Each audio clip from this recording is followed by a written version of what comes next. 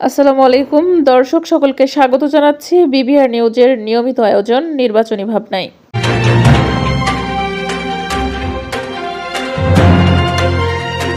আমাদের নিজস্ব প্রতিবেদক মোহাম্মদ ময়নুল ইসলাম প্রামাণিকের একান্ত সাক্ষাৎকারে আমাদের আজকের অতিথি জাতীয় পার্টির এমপি প্রার্থী বহি ব্যাপারী। সবাইকে শুভেচ্ছা এবং অভিনন্দন জানাই। আমি বহি ব্যাপারী।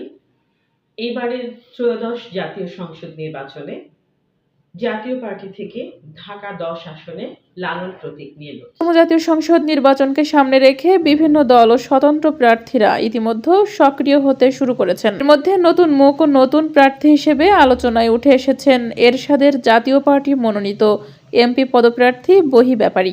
বিবিআর নিউজের একান্ত সাক্ষাৎকারে ঢাকা 10 আসন নিয়ে কথা বলেন। ঢাকা 10 আসনে জাতীয় পার্টির এইবার ত্রয়োদশ জাতীয় সংসদ নির্বাচনে আপনাকে আমরা নতুন মুখ দেখছি। দল আপনাকে কেন নমিনেশন দিল?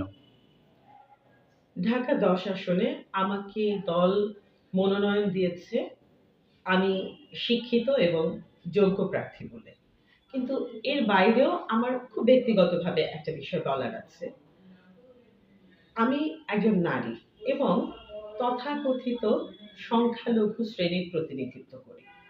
তো খুব তো ইনক্লুসিভনেস এর কথা আজকাল আমরা শুনছি বলছি।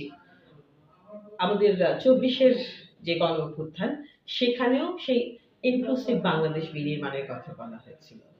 জাতীয় পার্টি সেটা কেবল মুখে বলছে না, আমাকে মনোনয়ন দিয়ে জাতীয় পার্টি সেই ইনক্লুসিভনেস করে দেখিয়েছে। এবং আমি বলতে চাই যে আমার আসনে আমি হারি কিংবা জিতি, জাতীয় পার্টি জিতে গিয়েছে। ঢাকা 10 আসনের জনগণ আমার পাশে থাকবে এ আমার নিশ্চিত বিশ্বাস। তারা যোগ্য প্রার্থীকে চিনে নিতে ভুল করবে না। আমি ভীষণভাবে আশাবাদী আর সকলের কাছে এই বিষয়ে দোয়া এবং শুভকামনা প্রার্থী। জি, আপনি ঢাকা 10 আসনের জাতীয় পার্টি মনোনীত এমপি পদপ্রার্থী। আপনি ঢাকা 10 আসন নগরী হিসেবে আপনি জনগণের মাঝে কি উপহার দিচ্ছেন ঢাকা 10কে? ঢাকা 10 আসনকে আমি তিলোত্তমা 10 বলে সম্বোধন করছি। যখন ছোট ছিলাম তখন ঢাকা শহরকে প্রেসিডেন্ট এরশাদ তিলোত্তমা নগরী বলে গড়তে চেয়েছিলেন এবং সেই সময় আমি ঢাকাকে তিলোত্তমা বলেই জানতাম। প্রেসিডেন্ট এরশাদের সময় ঢাকা এক সত্যিকারের সুন্দর শহর ছিল। এত জ্যাম ছিল না, ধুলোবালি ছিল না। এই সময় এসে এত মানুষ, এত বসতি সেটা হয়তো সম্ভব না। তারপরে ঢাকা 10-এর বিভিন্ন জায়গা আমি ঘুরে ঘুরে দেখেছি। ঢাকা 10 আসনটা হচ্ছে নতুন ঢাকা এবং পুরনো ঢাকার একটা দারুণ সম্মিলন। নতুন এবং পুরনোর মিশেলে গড়া ঢাকা 10 সে নিজেই অনন্য।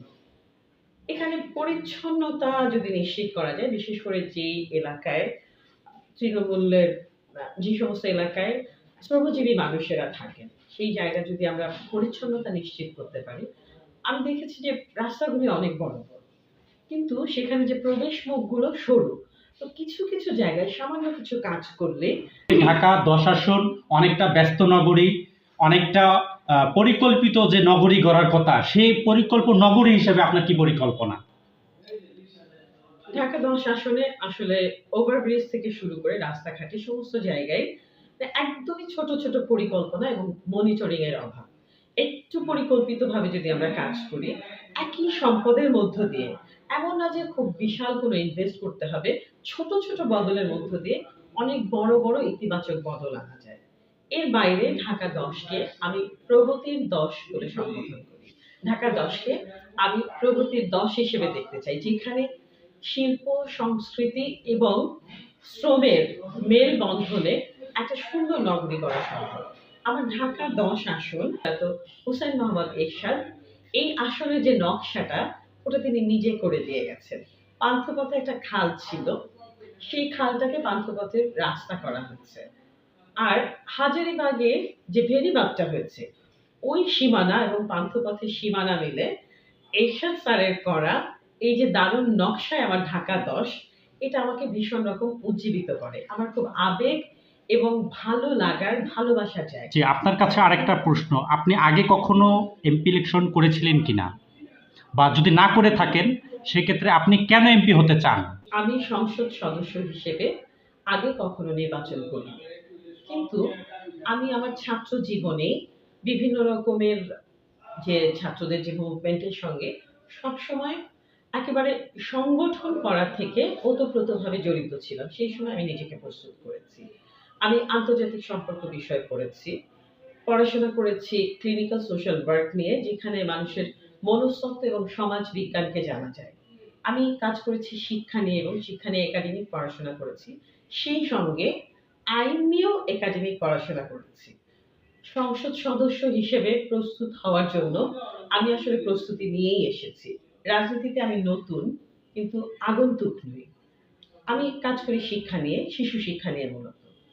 কাজ করতে করতে আমি দেখেছি যে আসলে নীতি নির্ধারণের জায়গায় যদি আমি না যেতে পারি, তাহলে কখনোই কোনো ইফেক্টিভ ভূমিকার কোনো জায়গায় রাখা যায় না। সবাইকে শুভেচ্ছা এবং অভিনন্দন জানাই।